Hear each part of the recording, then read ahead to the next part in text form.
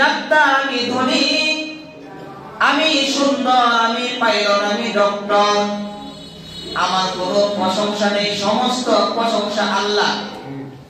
তুমি প্রতিদিন 5 ওয়াক্ত নামাজের মধ্যে নামাজের দাঁড়ানো মাত্র তুমি তোমার জবান দিয়ে এই শব্দ বলবে আর তুমি খেয়াল করবে আমার কোনো প্রশংসা নেই,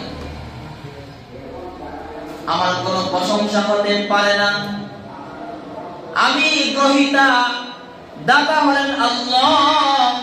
এই জন্য প্রতিদিন 5 ওয়াক্ত নামাজের মধ্যে প্রতি রাকাতে রাকাতে যখন তুমি পড়বে আলহামদুলিল্লাহ,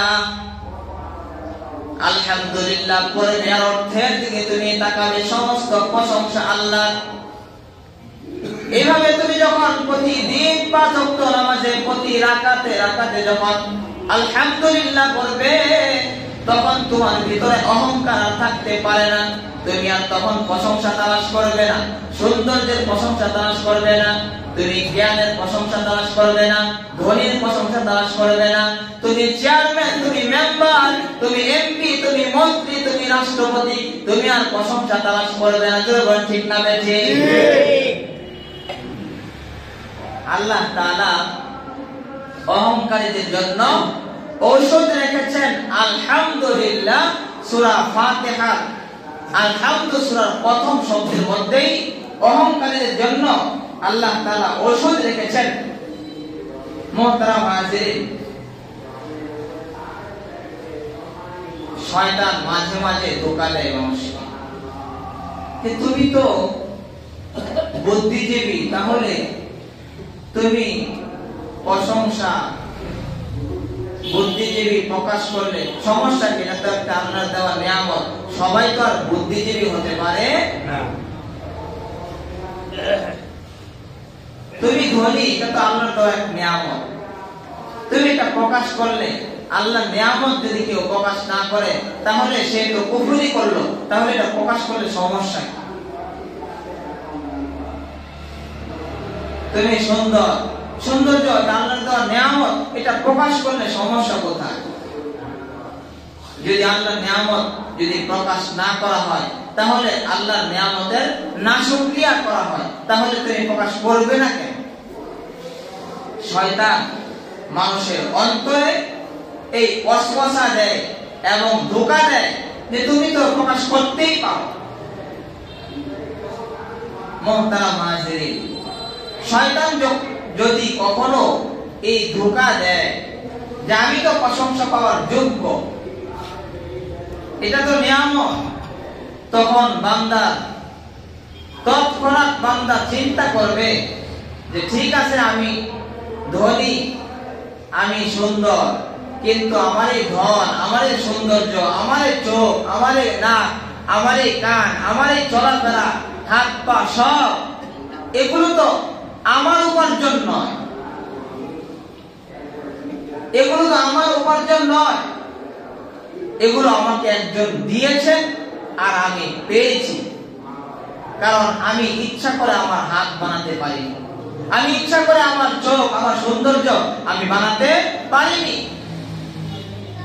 ইচ্ছা করে আমি জ্ঞানী হতে পারিনি, ইচ্ছা করে আমি ডিগ্রি অর্জন করতে পারিনি।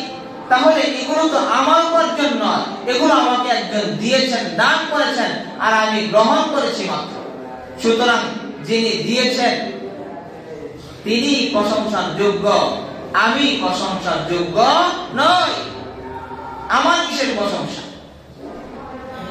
সাথে সাথে এই চিন্তা করা, তাহলে আর তার ভিতরে কি আসবে না? অহংকার আসবে না। মুহতারাম হাজিরিন, অহংকার এমন এক রোগ, যে রোগ যদি মিসকালু যাররাতিন মিন কিবির, জান্নাত পরিমাণ অহংকার ভিতরে থাকে, তাহলে সে জান্নাতে যাবে না। এজন্য অহংকার কি ভিতরে রাখা যাবে না? আওয়াজ করে রাখা যাবে না, অহংকার ভিতরে রাখা যাবে না। মুহতারাম হাজিরিন, শায়েখ আহমদ রাফাই উনি একবার এক পথ দিয়ে যাচ্ছিলেন,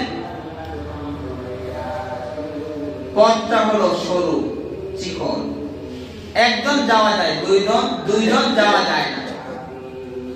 যেতে হলে একজন যেতে হবে, আর আরেকজন যদি ওভারটেক করে তাহলে তাকে রাস্তা থেকে নামতে হবে। দুইজন একসাথে যাওয়া যায় না। অনেক সময় জমির কি বলে আইন এমন থাকে কি থাকে না, চিকন একজন।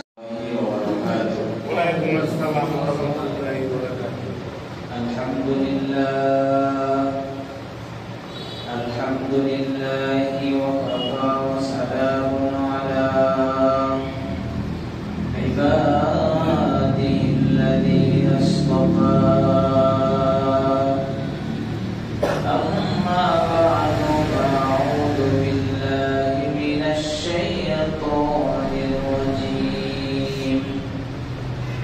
বিসমিল্লাহির রাহমানির রহিম।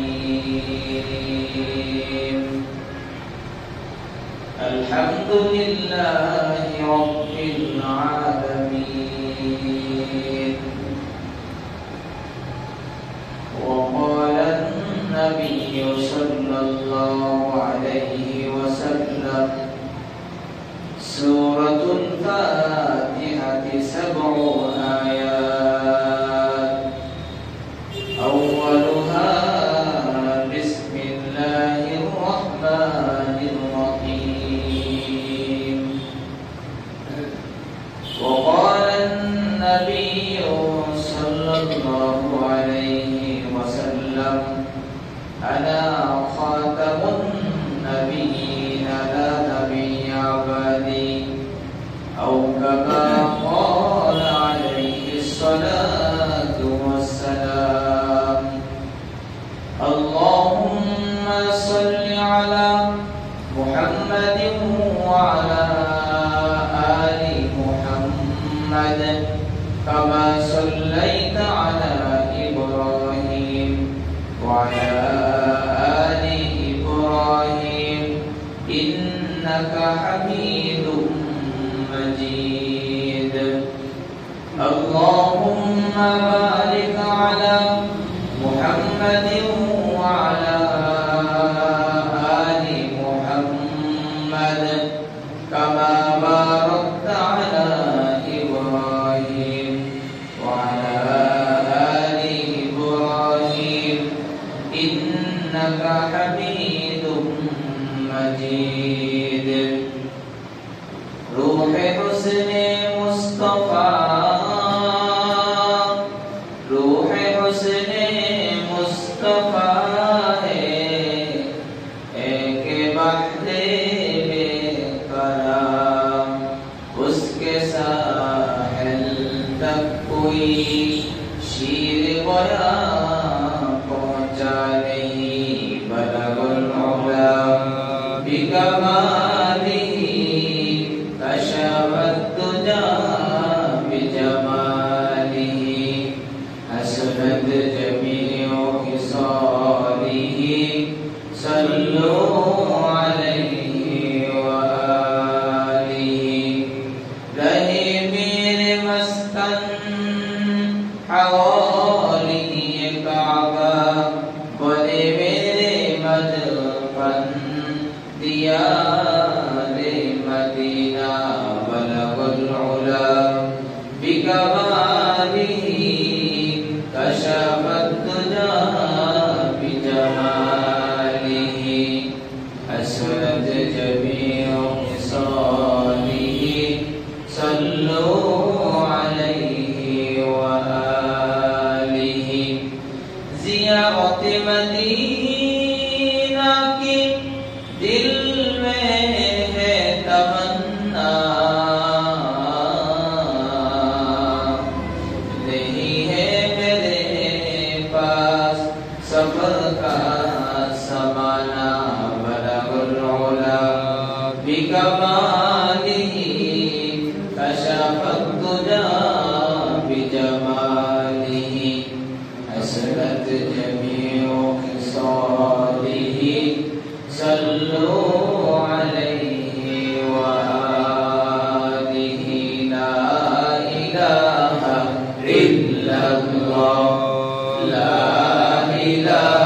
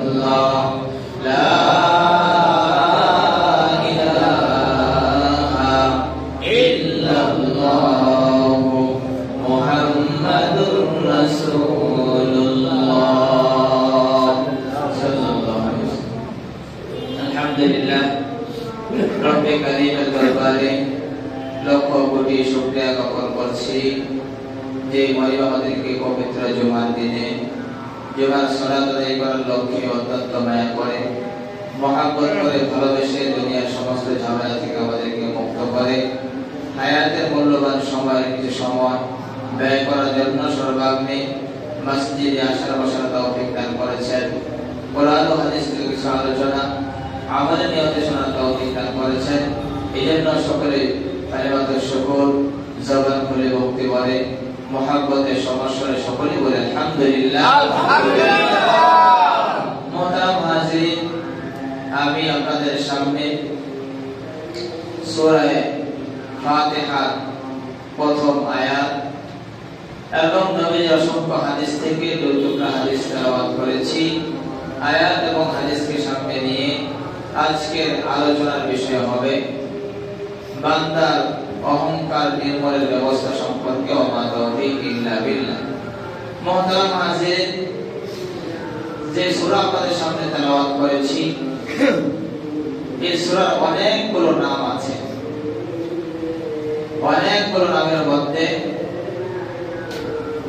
আলেমদের মাঝে, উলামায়ে কেরামের মাঝে একটি নাম হলো সূরা ফাতিহা, আর জনসাধারণের মাঝে এই সূরার একটি নাম হলো আল-হামদু সূরা। যারা সাধারণ মানুষ, দরজাটা লাগাই দেয়, আওয়াজ শোনায় দেয়, যারা সাধারণ মানুষ তারা সবাই এক নামে চেনে যে আল-হামদু সূরা। কি বলে, ঠিক না? ঠিক। আর যারা আলেম সমাজ যারা, তাদের মাঝে এই সূরার নাম তারা বেশিরভাগ বলে সূরা ফাতিহা। মুহতারাম হাজিরিন, আল্লাহ তাআলা এই আল-হামদু সূরা, আল-হামদু সূরা, সূরাতুল হামদ, এই সূরার নাম হলো সূরাতুল হামদ। মিন তাসমিয়াতুল কুল বিইসমিল জুজ। সূরার একটি অংশকে লক্ষ্য করে, একটি অংশের প্রতি খেয়াল করে পুরা সূরার নামকরণ আল্লাহ তাআলা করেছেন। এটাকে বলা হয় মিন তাসমিয়াতুল কুল বিইসমিল জুজ। যে কোনো একটি বিষয়ের প্রতি লক্ষ্য করে পুরা সূরার নামকরণ করা। মুহতারাম হাজিরিন, তো এই আল-হামদু সূরা, আল্লাহ তাআলা এই আল-হামদু সূরার শুরুতে আল্লাহ তাআলা যে শব্দটি ব্যবহার করেছেন আলহামদুলিল্লাহ। কি ব্যবহার করেছেন? আলহামদুলিল্লাহ। এই শব্দটি দিয়ে আল্লাহ তাআলা শুরু করেছেন। মুহতারাম হাজিরিন, আল্লাহ তাআলা এই শব্দটি দিয়ে শুরু কেন করেছেন? এই শব্দটি দিয়ে শুরু করার একটি কারণ হলো যারা অহংকার রোগে যারা আক্রান্ত, যারা রোগী, এই রোগের চিকিৎসা এই সূরার মধ্যে, সূরার শুরুর শব্দের মধ্যে আল্লাহ তাআলা দিয়ে দিয়েছেন রোগের চিকিৎসা। যেমন কি রোগের চিকিৎসা, রোগের চিকিৎসা আল্লাহ তাআলা দিয়ে দিয়েছেন যারা রোগী। এই রোগীদের চিকিৎসা আল্লাহ তাআলা সূরার শব্দের শুরুতেই রোগের চিকিৎসা আল্লাহ তাআলা দিয়ে দিয়েছেন। রোগটি হলো অহংকার রোগ। যেমন কি রোগ? অহংকার। অহংকার এটা একটা রোগের নাম। কিছু রোগ মানুষের শারীরিক, আর কিছু রোগ মানুষের আত্মিক। শারীরিক রোগ ঠান্ডা, জ্বর, কাশি, এগুলো শারীরিক রোগ। আর আরেকটি রোগ হলো আত্মিক রোগ, কলবের রোগ। এই রোগের নাম হলো অহংকার। এটা কেমন মারাত্মক রোগ অহংকার? নবীজি বলেন, قال النبي صلى الله عليه وسلم قال النبي صلى الله عليه وسلم لا يدخل الجنة من كان في قلبه মিসকালু যাররাতিন মিন কিবর। হাবিবে কিবরিয়া নবী বলেন, যার অন্তরের মধ্যে যারা পরিমাণ কিবির অহংকার যার অন্তরের মধ্যে থাকে, সে কখনো জান্নাতে প্রবেশ করবে না। আমাদের জান্নাতে যাওয়ার দরকার আছে না নাই? আমাদের জান্নাতই তো আসল বাড়ি, আমাদের স্থায়ী ঠিকানা জান্নাত। আমাদের দুনিয়া হলো ক্ষণস্থায়ী, কিছুদিনের জন্য আছি, তারপরে মৃত্যুবরণ করব। আমাদের স্থায়ী বাড়ি হলো জান্নাত। এই জান্নাতে আমাদের সবার যাওয়া প্রয়োজন, কি বল ঠিক না বেঠিক? জান্নাতের বাড়ি অর্জন করার দরকার আছে না নাই? আছে। কিন্তু নবীজি বলেন, লা ইয়াদখুলুল জান্নাত, জান্নাতে প্রবেশ করতে পারবে না মান কানা ফি কলবিহি মিসকালু যাররাতিন মিন কিব, যার অন্তরের মধ্যে সামান্য কিবির সামান্য অহংকার যার অন্তরে থাকবে, সে জান্নাতে প্রবেশ করতে পারবে না। তাহলে রোগটা কি সহজ না জটিল? জটিল, কঠিন এবং জটিল রোগ। যে রোগের কারণে জান্নাতে প্রবেশ করবে না, এটা মারাত্মক জটিল রোগ, কি বলেন ঠিক না বেঠিক? এই রোগের প্রতিকার, এই রোগের চিকিৎসা আল্লাহ তাআলা কালামে পাকের একদম শুরুর সূরা সূরা ফাতিহার প্রথম শব্দের মধ্যে এর ঔষধ রেখে দিয়েছেন। জোরে বলেন সুবহানাল্লাহ। মুহতারাম হাজিরিন, আল্লাহ তাআলা ইসলামের স্তম্ভ খুঁটি হলো 5টি। কালেমা পড়া, মুখে বলা, অন্তরে বিশ্বাস করা, নামাজ পড়া, রোজা রাখা, হজ করা, যাকাত দেওয়া। এই ইসলামের 5টি স্তম্ভের মধ্যে একটি স্তম্ভ এমন রেখেছেন যার মাধ্যমে এই রোগ থেকে সে কিভাবে পরিত্রাণ পাবে, মুক্তি পাবে। তার রোগের প্রতিষেধক মুহতারাম হাজিরিন, প্রথম স্তম্ভ কালেমা, মুখে বলা, অন্তরে বিশ্বাস করা। দ্বিতীয় স্তম্ভ হলো নামাজ। কি? নামাজ পড়া। আর এই নামাজের মধ্যে কোরআনে কারীম তেলাওয়াত করতে হয়। শুধু তাই নয়, যত রাকাত পড়বে প্রতি রাকাতেই এই আলহামদু সূরা পড়তে হয়। প্রতি রাকাতেই পড়তে হয় আলহামদু সূরা। কারণ নবীজি এক হাদিসের মধ্যে বলেন যে আলহামদু সূরা ব্যতীত কি হয় না? নামাজ হয় না। আলহামদু সূরা পড়তেই হবে। আবার যত রাকাত পড়বেন তত রাকাতেই পড়তে হবে। 4 রাকাত ফরজ নামাজ হলে প্রথম 2 রাকাতে আলহামদু পড়তে হয়, অন্য সূরা মিলাইতে হয়। পরের 2 রাকাতে শুধু আলহামদু সূরা পড়তে হয়, অন্য সূরা পড়তে হয় না ফরজ নামাজ। মুহতারাম হাজিরিন, আর যদি নফল নামাজ হয়, সুন্নাত নামাজ হয়, তাহলে 4 রাকাতে কি করতে হবে? আলহামদু সূরার সাথে অন্য সূরা পড়তে হবে, মিলাতে হবে। কিন্তু যেটার মধ্যে আল্লাহ তাআলা অহংকারের ঔষধ রেখে দিয়েছেন, আলহামদু সূরা, এই আলহামদু সূরাটা প্রতি রাকাতেই পড়তে হয়। 2 রাকাত হোক আর 4 রাকাত হয়, এই আলহামদু সূরা পড়া ছাড়া নামাজ হবে না। মুহতারাম হাজিরিন, এখন এই আলহামদু লিল্লাহ সূরার প্রথম এটাই ঔষধ অহংকারীদের জন্য। কিভাবে সেটা বোঝার আগে একটু বুঝতে হবে অহংকার রোগটা আসলে কি, কিভাবে অহংকার হয়।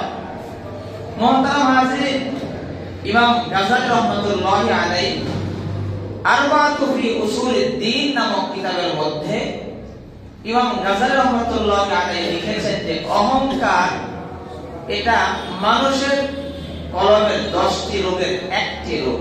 যেমন 10টি রোগের একটি রোগ হলো অহংকার। আবার এই অহংকার রোগের স্তর আছে। অহংকার রোগের স্তর হলো 4টি। যেমন কয়টি? 4টি। অহংকার রোগের স্তর হলো 4টি।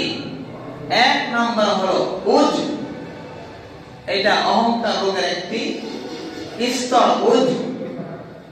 2 নম্বর আরেকটি স্তর হলো কিবির, এটা হলো অহংকার রোগের দ্বিতীয় স্তর। তৃতীয় স্তর হলো অহংকার রোগের তাকাব্বুর। আর অহংকার রোগের চতুর্থ স্তর হলো ইস্তিকবার। এই 4টি স্তর হলো অহংকার রোগের। মুহতারাম হাজিরিন, এগুলো হলো পরিভাষা, আরবি পরিভাষা। কিন্তু বাংলায় এই পরিভাষাগুলো যদি ব্যাখ্যা করা হয়, বাংলায় যদি বলা হয়, তাহলে প্রথমটি হলো উজ। উজ মানে হলো বীজ, অহংকারের বীজ। যে কোনো জিনিসের কি থাকে? বীজ থাকে। এই উজ হলো অহংকারের বীজ। 2 নম্বর হলো কিবির, এটা হলো অহংকারের চারা। যেমন অহংকারের চারা। 3 নম্বর হলো তাকাব্বুর, এটা হলো অহংকারের গাছ। আর 4 নম্বর হলো ইস্তিকবার, এটা হলো অহংকারের ফসল। তাহলে 4টি জিনিস আমরা পেলাম। 1 নম্বর হলো অহংকারের বীজ, 2 নম্বর হলো অহংকারের চারা, 3 নম্বর হলো অহংকারের গাছ, 4 নম্বর হলো অহংকারের ফসল। এখন কোনটা কেমন? 1 নম্বর হলো উজ, অহংকারের বীজ। অহংকারের বীজ কাকে বলা হয়? অহংকারের বীজ বলা হয় যদি কেউ তার মনকে প্রশ্ন করে যে তোমার মাঝে তো অনেক গুণ, তুমি অনেক গুণে গুণান্বিত,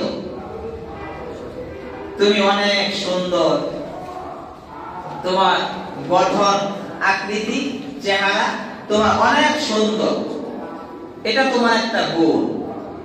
তোমার মাঝে আরেকটি গুণ হলো তুমি চক্ষুষ্মান, তোমার চোখ আছে, অনেক দূর পর্যন্ত তুমি দেখো, তীক্ষ্ণ দৃষ্টি সম্পন্ন তুমি, এটা তোমার একটি গুণ। আবার তোমার আরেকটি গুণ হলো তুমি কানে খুব ভালো শোনো, আরেকটি গুণ হলো তুমি সবকিছু মজবুত করে ধরতে পারো, আরেকটি গুণ হলো তুমি দূর পর্যন্ত হেঁটে যেতে পারো, আরেকটি গুণ হলো তুমি অনেক ডিগ্রিধারী, তুমি ডক্টর, তুমি ইঞ্জিনিয়ার, তুমি পাইলট, তুমি এমবিবিএস ডাক্তার, এগুলো এক একটা গুণ। মুহতারাম হাজিরিন, যার মাঝে যে গুণ আছে সে যদি তার মনকে প্রশ্ন করে নির্জনে বসে যে তুমি তো এই গুণের অধিকারী, এই গুণের জন্য তুমি কি প্রশংসা পাওয়ার যোগ্য, সে যদি নিজেকে নিজে প্রশ্ন করে, মনকে প্রশ্ন করে যে তুমি এই যোগ্যতা তোমার মাঝে আছে, এই জন্য কি তুমি প্রশংসা পাওয়ার যোগ্য, যদি মনকে প্রশ্ন করে আর মন যদি তার উত্তরে বলে যে হ্যাঁ অবশ্যই তুমি তোমার এই গুণের জন্য প্রশংসা পাওয়ার যোগ্য, যদি তার মন এই সাক্ষী তাকে দেয় যে সে তার এই যোগ্যতার জন্য প্রশংসা পাওয়ার যোগ্য, তাহলে এটা হলো অহংকারের প্রথম স্তর। উজ মানে তার মাঝে অহংকারের বীজ তার মাঝে আছে, অহংকারের বীজ তার মাঝে আছে। যদি মন এই সাক্ষী দেয় যে হ্যাঁ অবশ্যই তুমি তোমার এই গুণের জন্য তুমি প্রশংসা পাওয়ার যোগ্য, এটা হলো উজ বলা হয় অহংকারের প্রথম স্তর। মুহতারাম হাজিরিন, এই অহংকারের প্রথম স্তরের দিকে যদি আমরা তাকাই, তাহলে দুনিয়ার মাঝে, সমাজের মাঝে আমরা যারা বসবাস করি, অহংকারের বীজ খুঁজতে পাওয়া যাবে কি যাবে না? যাবে। যে সুন্দর, তার মাঝে সুন্দরের প্রশংসা, যে শিক্ষিত, তার মাঝে শিক্ষিত হওয়ার প্রশংসা সে পাওয়ার যোগ্য নিজেকে মনে করে। যে ধনী, তার ধনের প্রশংসা সে পাওয়ার যোগ্য মনে করে। এমনই ভাবে তার প্রত্যেকটা কাজ যে যোগ্যতা অর্জন করেছে, এই যোগ্যতার প্রশংসা পাওয়ার যোগ্য সে নিজেকে মনে করে। কি বলেন, করে কি করে না? নিজেকে মনে করে যে আমি তো যোগ্য, আমি তো এই কাজ পারি, আমি তো ধনী, আমি তো সুন্দর, আমি তো যোগ্য, আমি দক্ষ, আমি কারিগর। নিজের মনকে প্রশ্ন করলে মন যদি উত্তরে বলে যে হ্যাঁ তুমি তোমার কাজের জন্য, দক্ষতার জন্য প্রশংসা পাওয়ার যোগ্য, তাহলেই সে অহংকারী এবং তার মাঝে অহংকারের বীজ বপন করা আছে। এটা হলো উজ। মুহতারাম হাজির, 2 নাম্বার হলো কিবির। অহংকারের দ্বিতীয় স্তর হলো কিবির। কিবির হলো শুধুমাত্র মনই সাক্ষ্য দেয় না, সে মুখেও বলে যে আমি প্রশংসা পাওয়ার যোগ্য। মুখেও বলে, সে মুখেও প্রকাশ করে। এমন মানুষ সমাজে আছে না নাই? আছে। মুখেও প্রকাশ করে আমি কি প্রশংসা পাওয়ার যোগ্য নই? স্টেজে কি আমাকে 2টা কথা বলার যোগ্যতাকে আমি রাখি না? কারণ সে বাক শক্তি সম্পন্ন, সে অনেক কথা বলতে পারে।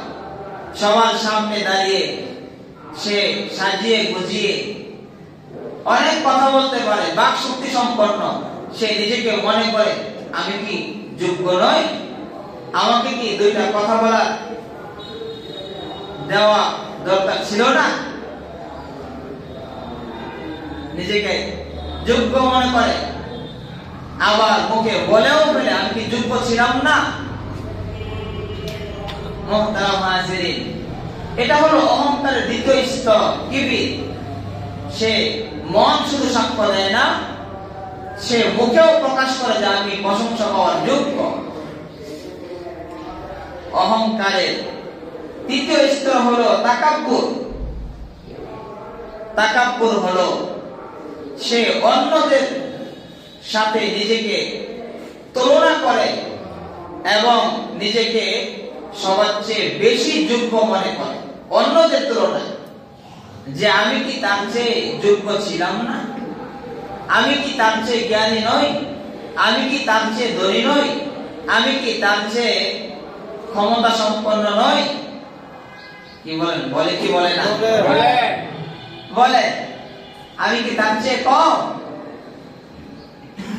অহংকারের তৃতীয় স্তর তাকাব্বুর, অন্যের সাথে তুলনা করে নিজেকে অগ্রাধিকার দেওয়া। এটা হলো অহংকারের তৃতীয় স্তর। অহংকারের চতুর্থ স্তর হলো ইস্তিকবার। ইস্তিকবার মানে হলো তার এই বড়ত্বকে সে মানুষের উপরে অবিচার করে নিজের বড়ত্বকে প্রভাব বিস্তার করা। অন্যের উপরে অন্যায় করে, অবিচার করে তার প্রভাব খাটানো, তার এই যোগ্যতাকে ঘটিয়ে তোলা, অবিচার করে মানুষের উপরে। এটা হলো ইস্তিকবার। জুলুম করে মানুষের উপরে, অন্যায় করে, অবিচার করে, তার এই প্রভাবকে অন্যের উপরে বিস্তার করাকে ইস্তিকবার বলা হয়। এমন অহংকারীও খুঁজতে পাওয়া যাবে কি যাবে না? আছে। কি বলেন, আছে না নাই? আছে। প্রভাব বিস্তার করে অন্যের উপরে। মুহতারাম হাজির, এটা হলো অহংকারের চতুর্থ স্তর। তাহলে 1 নাম্বার হলো উজ, 2 নাম্বার হলো কিবির, 3 নাম্বার হলো তাকাব্বুর, 4 নাম্বার হলো ইস্তিকবার। এই অহংকারের 4টি স্তর।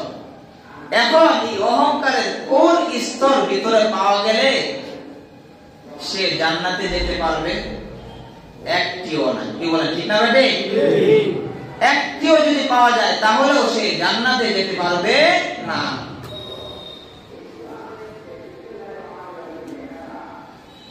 এই অহংকার, যারা এই রোগী, অহংকারের রোগে যারা রোগী, তাদের জন্য আল্লাহ তাআলা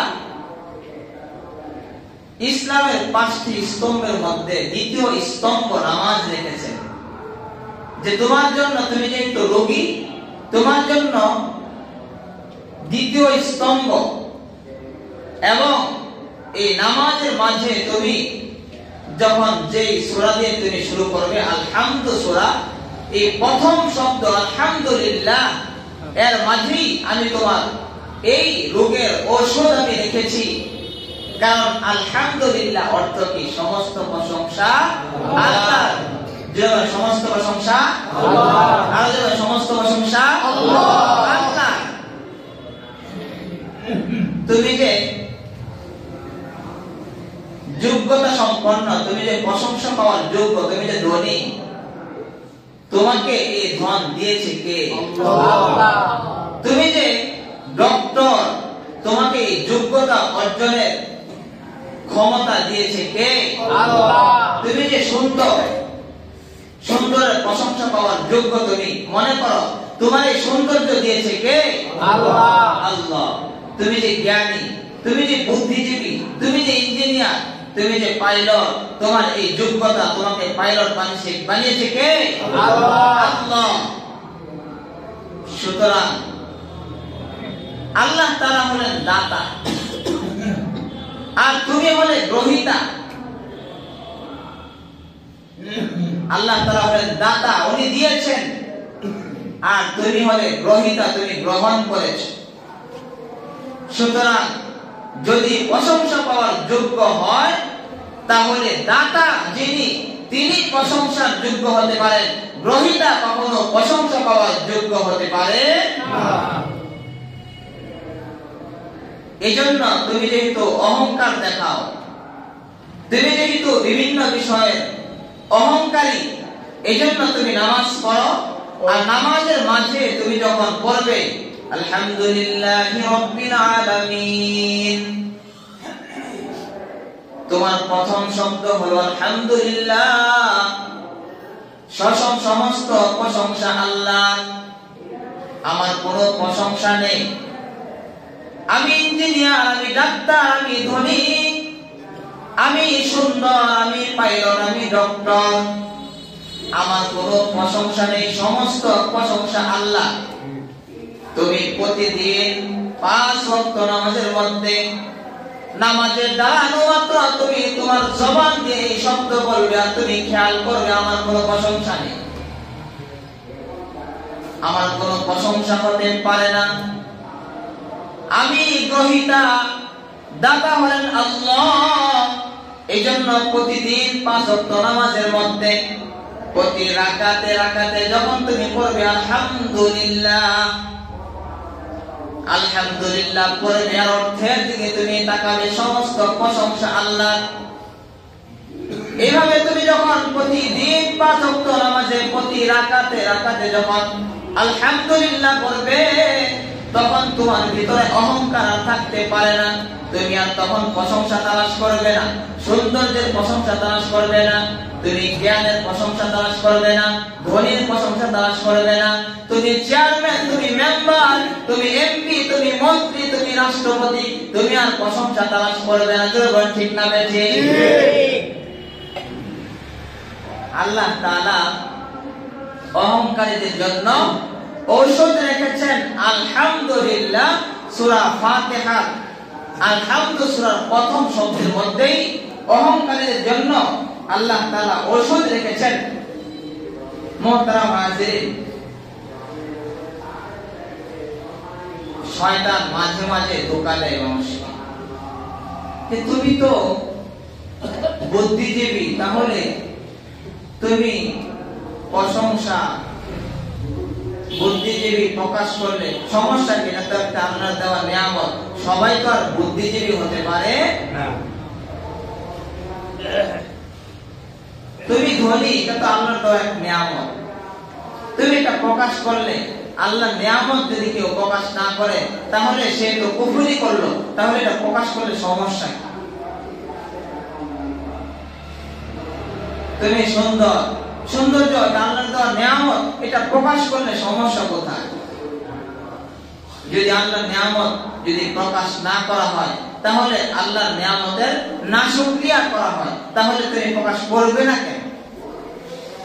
শয়তান মানুষের অন্তরে এই ওয়াসওয়াসা দেয় এবং ধোঁকা দেয় যে তুমি তো প্রকাশ করতেই পারো। মুহতারাম হাজিরিন, শয়তান যদি কখনো এই ধোঁকা দেয় যে আমি তো প্রশংসা পাওয়ার যোগ্য, এটা তো নিয়ামত, তখন বান্দা তৎক্ষণাৎ বান্দা চিন্তা করবে যে ঠিক আছে, আমি ধনী, আমি সুন্দর, কিন্তু আমার এই ধন, আমার এই সৌন্দর্য, আমার এই চোখ, আমার এই নাক, আমার এই কান, আমার এই চলাফেরা, হাত পা সব, এগুলো তো আমার উপার্জন নয়, এগুলো তো আমার উপার্জন নয়, এগুলো আমাকে একজন দিয়েছেন আর আমি পেয়েছি। কারণ আমি ইচ্ছা করে আমার হাত বানাতে পারিনি, আমি ইচ্ছা করে আমার চোখ, আমার সৌন্দর্য আমি বানাতে পারিনি, ইচ্ছা করে আমি জ্ঞানী হতে পারিনি, ইচ্ছা করে আমি ডিগ্রি অর্জন করতে পারিনি। তাহলে এগুলো তো আমার উপার্জন নয়, এগুলো আমাকে একজন দিয়েছেন, দান করেছেন, আর আমি গ্রহণ করেছি মাত্র। সুতরাং যিনি দিয়েছেন তিনি প্রশংসার যোগ্য, আমি প্রশংসার যোগ্য নই। আমার কিসের প্রশংসা? সাথে সাথে এই চিন্তা করা, তাহলে আর তার ভিতরে কি আসবে না? অহংকার আসবে না। মুহতারাম হাজিরিন, অহংকার এমন এক রোগ, যে রোগ যদি মিসকালু যাররাতিন মিন কিবির, জান্না পরিমাণ অহংকার ভিতরে থাকে, তাহলে সে জান্নাতে যাবে না। এইজন্য অহংকার কি ভিতরে রাখা যাবে না? আওয়াজ করে রাখা যাবে না? অহংকার ভিতরে রাখা যাবে না। মুহতারাম হাজিরিন, শায়েখ আহমদ রিফাই উনি একবার এক পথ দিয়ে যাচ্ছিলেন। পথটা হলো সরু, চিকন, একজন যাওয়া যায়, দুইজন যাওয়া যায় না। যেতে হলে একজন যেতে হবে, আর আরেকজন যদি ওভারটেক করে তাহলে তাকে রাস্তা থেকে নামতে হবে। দুইজন একসাথে যাওয়া যায় না। অনেক সময় জমির কি বলে আইন এমন থাকে কি থাকে না, চিকন, একজন যাওয়া যায়, দুইজন যাওয়া যায় না। শায়েখ আহমদ রিফাই রাহমাতুল্লাহি আলাইহি উনি এই সরু রাস্তা দিয়ে যখন যাচ্ছিলেন, তখন ওনার সামনে দিয়ে একটি কুকুর আসে। কুকুর আসার পরে উনিও দাঁড়িয়ে আছেন, কুকুরও দাঁড়িয়ে আছে। উনিও নামে না, কুকুরও নামে না। শায়েখ রিফাই কুকুরকে ডাক দিয়ে বলে, হে কুকুর, রাস্তা দাও, নামো। আর রাস্তার পাশে হলো ময়লা, নাপাক, তুমি নামো, জায়গা দাও। ইশারা করলেন, কুকুর ইশারা করে যে না, নামবো না, আপনি নামেন। শায়েখ রিফাই বলে, কুকুর জায়গা দাও, নামো, তুমি তো নাপাক, তোমার তো পাক নাপাকের কোনো মাসআলা নেই, তুমি তো নামাজ পড়তে হয় না। কিন্তু আমি শায়েখ আহমদ রিফাই, আমার পাক নাপাকের মাসআলা আছে, আমি নামাজ পড়তে হয়। আমি যদি নাপাকের মধ্যে নামি তাহলে আমাকে ধৌত করতে হবে, ওযু করতে হবে, পবিত্রতা হাসিল করতে হবে, তারপরে আবার আমাকে নামাজে দাঁড়াতে হবে। আর তুমি তো এমনি না পাক, তোমার তো পাক নামাকের মাসআলা নেই, তুমি নামো, একটু জায়গা দাও। কারামাতুল আউলিয়া হাক্কুন, ওলিদের কারামত সত্য। এই কারামাতুল আউলিয়া হাক্কুন কিতাবের মধ্যে এসেছে আল্লাহ তাআলা ওই কুকুরের জবান খুলে দেয়, আর কুকুর বলে, হে শাইখ আহমদ রাফাই, তুমি কি নিজেকে আমার চাইতে বেশি ভালো মনে করো? তুমি কি নিজেকে আমার চাইতে বেশি ভালো মনে করো? আমি নাপাক, আমি যদি নাপাকের মধ্যে নামি, আমার শরীর নাপাক, তোমার ভিতরে আমি নাপাক, আমার শরীর নাপাক, আমার শরীর তো ধৌত করলে আবার আমার শরীর যেমন তেমন হয়ে যাবে। কিন্তু তুমি কি আমার থেকে নিজেকে ভালো মনে করো? তোমার অন্তরে যদি নাপাকি থাকে, ওই নাপাকি তো কখনো ধৌত করতে পারবে না, আর পবিত্র হতে পারবে না। সুবহানাল্লাহ। আমার নাপাকি আমি যদি নামি, তাহলে আমার শরীর তো আমি ধৌত করে আবার যেমন ছিলাম তেমন হয়ে যাবে, নাপাকি শরীর থেকে চলে যাবে। কিন্তু তোমার ভিতরে যদি নাপাকি থাকে, তুমি যদি আমার চাইতে নিজেকে বড় মনে করো, ভালো মনে করো, তাহলে এই নাপাকি তো ধোয়ারও কোনো ব্যবস্থা নেই, আর এই নাপাকি ভিতর থেকে ধুইতেও পারবে না। কিভাবে এই নাপাকি দূর করবে? সঙ্গে সঙ্গে শাইখ আহমদ রাফাই দেরি করলেন না, নিজে নাপাকের মধ্যে নেমে গেলেন, আর কুকুরটাকে রাস্তা দিয়ে দিলেন। উনি যখন রাস্তার মধ্যে আবার উঠলেন, পিছনে তাকিয়ে দেখে কুকুরটা আর এখন দেখা যায় না।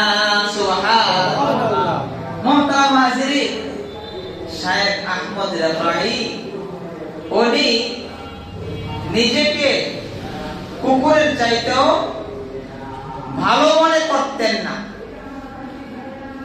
যে না, কুকুরের তো কোনো হাসন নাসন নেই, কুকুরের কোনো আযাব গজব নেই, কুকুরের জন্য কোনো জান্নাত জাহান্নাম নেই, কিন্তু আমার জন্য তো জান্নাত জাহান্নাম আছে, আমার তো কবরের আযাব আছে, হাসর আছে, পুলসিরাত আছে, আমার হিসাব দিতে হবে।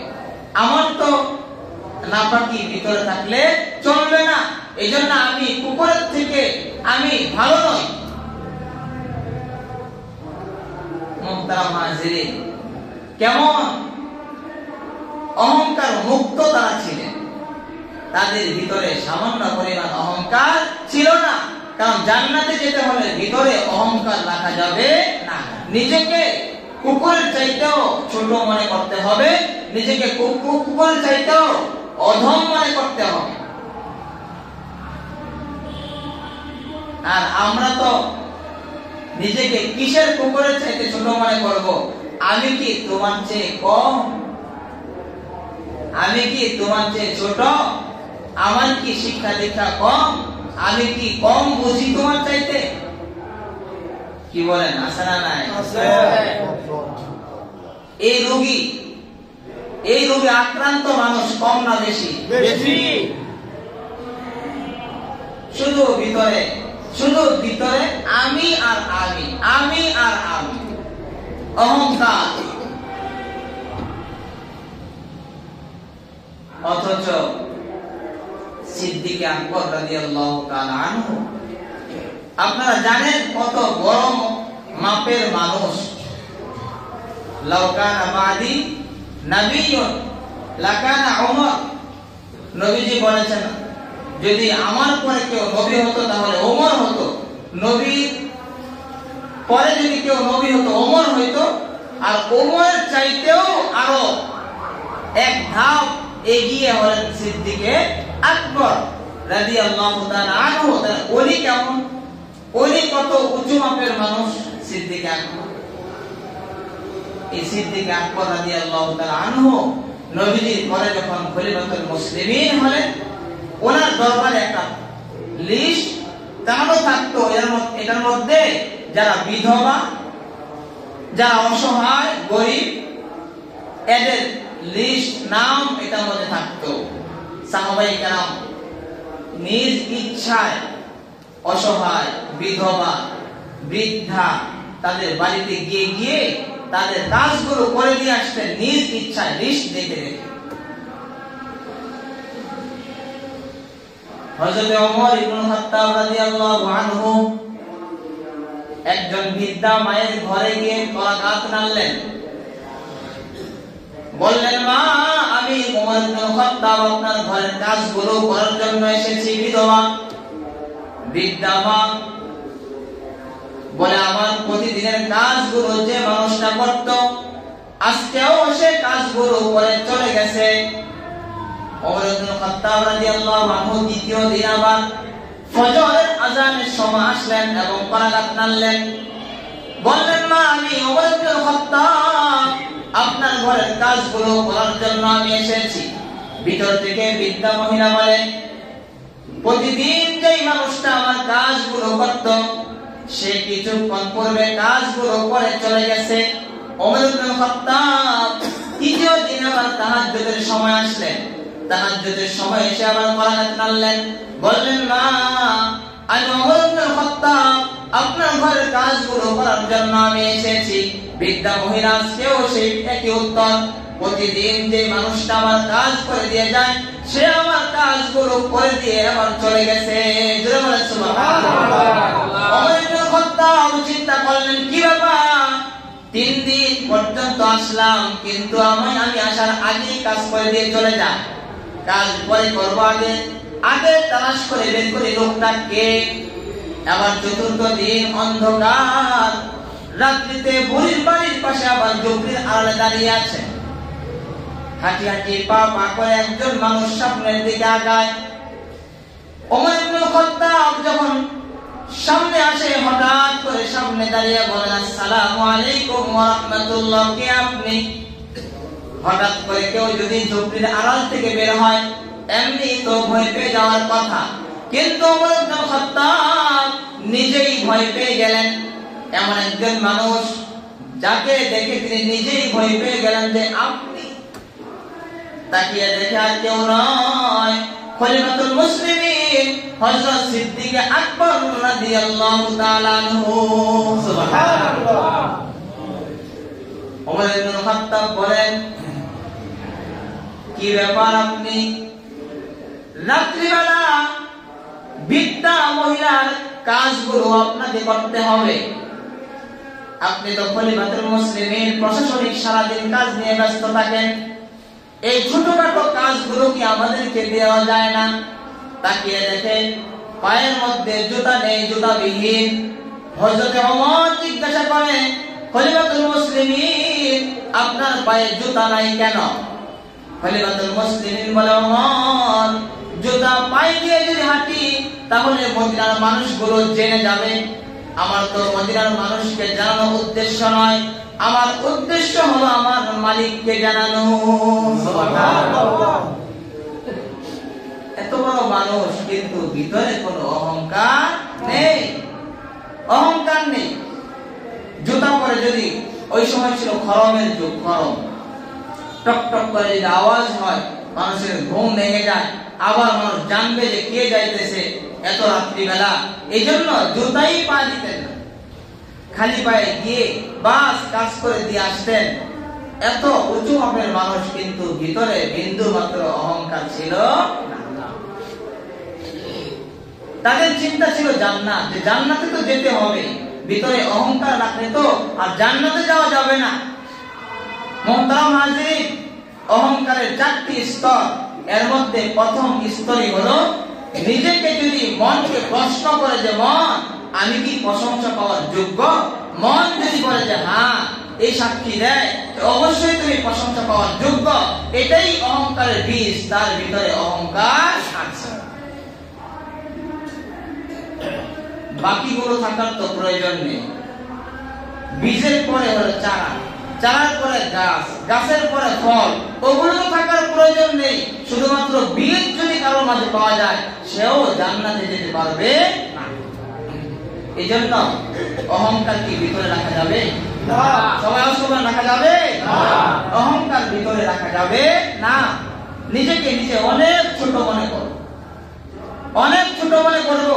হায়াওয়ান জানোয়ার থেকেও নিজেকে নিজে ছোট মনে করব যে আমি তো তাদের চেয়ে অদম, আমি আবার অহংকার দেখাই কিভাবে, আমি আবার কিসের প্রশংসা পাওয়ার যোগ্য, আমার তো কোনো প্রশংসা পাওয়ার যোগ্যতাই নেই, যিনি দিয়েছেন উনি প্রশংসার যোগ্য। এজন্যই আলহামদুলিল্লাহ রাব্বিল আলামিন, সমস্ত প্রশংসা আল্লাহ তাআলার, আমার কোনো প্রশংসা নেই। যদি প্রতিদিন 5 ওয়াক্ত নামাজে প্রতি রাকাতে আলহামদুলিল্লাহ পড়ার সময় যদি এই চিন্তা করে আমার কোনো প্রশংসা নেই, সমস্ত প্রশংসা আল্লাহ তাআলা, তাহলে তার ভিতরে আর এই অহংকার থাকতে পারে না, নিজেকে আর বড় মনে করতে পারে না। মুহতারাম হাজিরিন, এইজন্য প্রতিদিন নামাজের সময় নিজেকে নিজে আলহামদুলিল্লাহ বলার সময় এই অর্থ খেয়াল করব যে সমস্ত প্রশংসা আল্লাহ তাআলা, আমার কোনো প্রশংসা নেই। রাজি আছি তো ইনশাআল্লাহ? আল্লাহ তাআলা আমাদেরকে তৌফিক দান করবেন, আমিন। মুহতারাম হাজিরিন, আগামীকাল 15ই নভেম্বর সোহরাওয়ার্দী উদ্যানে খতমে নবুয়ত সম্পর্কে বিশাল মাহফিল, দেশবরেণ্য বাংলাদেশের সমস্ত বড় বড় উলামায়ে কেরাম এখানে থাকবে। যে নবীজি, আমাদের নবীর পরে আর কোন নবী নেই। নবীজি বলছেন আমি সর্বশেষ নবী, আমার পরে আর কোন নবী নেই। যদি এই কথা যে আমাদের নবীজি সর্বশেষ নবী, তারপরে আর কোন নবী নেই, এই কথা যদি কেউ অস্বীকার করে তাহলে সে আর ঈমানদার থাকে না, সে কি হয়ে যায়? আওয়াজ করবেন, কি হয়ে যায়? কাফের। কি হয়ে যায়? কাফের। যদি কেউ এটাকে যদি না বলতে চায় যে না সে কাফের না, যে এই কথা বলবে যে তারা কাফের না, সে নিজেও কি কাফের? আওয়াজ করে, সে নিজেও কি কাফের? যারা তাদেরকে সমর্থন দিবে, সংসদে এই আইন পাস যারা না করবে, তারাও কাফের। তারাও কি কাফের? তাদের যদি সমর্থন দেয় তাহলে তারাও কাফের। এক কথায় যারা বলবে যে নবীর পরে নবী আছে, তারা কাফের। আর নবীর পরে নবী নেই, এই সমর্থন যদি কেউ না করে, সেও কাফের। তার স্ত্রীও কি হয়ে যাবে? তালাক হয়ে যাবে। কারণ সে কাফের হয়ে গেছে, তার স্ত্রী মুসলমান। কাফের আর মুসলমানের কি হইতে পারে? বিবাহ হতে পারে না। এজন্য যারা বর্তমানে কাদিয়ানী, তারা নিজেদেরকে মুসলিম দাবি করে, তারা কখনো এই মুসলিম পরিচয়ে তারা এই বাংলার জমিনে থাকতে পারবে না। হিন্দু সে থাকতে পারে হিন্দু পরিচয়, খ্রিস্টান থাকতে পারে খ্রিস্টান পরিচয়। তোমরা যেহেতু শেষ নবীকে শেষ নবী মানো না, তোমরা বলো গোলাম আহমদ কাদিয়ানীও নবী, তাহলে তোমরাও কাফের। তোমরা কাফের পরিচয়ে এই দেশে থাকতে পারবে, মুসলিম পরিচয় এই দেশে থাকতে পারবে না। মুহতারাম হাজিরিন, এইজন্য কাদিয়ানীরা কাফের, এই বিষয়টা আমাদের মুখে থাকা, বুকে থাকা, আমাদের সন্তান সন্ততিদেরকে এই কথা বলা যে কাদিয়ানীরা কাফের, এবং তাদের বিরুদ্ধে মৃত্যু পর্যন্ত এই চেষ্টা, এই মুজাহাদা, এই জিহাদ চালানো। কারণ নবীজির সুপারিশ ছাড়া কেউ জান্নাতে যেতে পারবে না। আর নবীজির সুপারিশ তো শুধু আলেমদের নয়, নবীজির সুপারিশ সমস্ত মুসলিম উম্মাহ লাগবে। এই জন্য এটা শুধু আলেমদের দায়িত্ব নয়, খতমে নবুয়ত সম্মেলন করে মানুষকে এই বিষয়ে প্রচার করা শুধু আলেমদের দায়িত্ব নয়, এটা সমস্ত মুসলিম উম্মাহর দায়িত্ব, যেহেতু সবার নবীজির সুপারিশ লাগবে। এই জন্য আগামীকাল শনিবার সোহরাওয়ার্দী উদ্যানে খতমে নবুয়ত সম্মেলন হবে। এই সম্মেলনে আমরা ইনশাআল্লাহ যাব, এবং আমাদের যারা আত্মীয় স্বজন আছে, ছেলে আছে, যারা আমরা অবসর আছে, আমরা ইনশাআল্লাহ যাব। এই খতমে নবুয়ত সম্মেলনকে সফল করব। আল্লাহ তাআলা তৌফিক দান করেন। সকলে বলি আমিন। আলহামদুলিল্লাহি রাব্বিল আলামিন।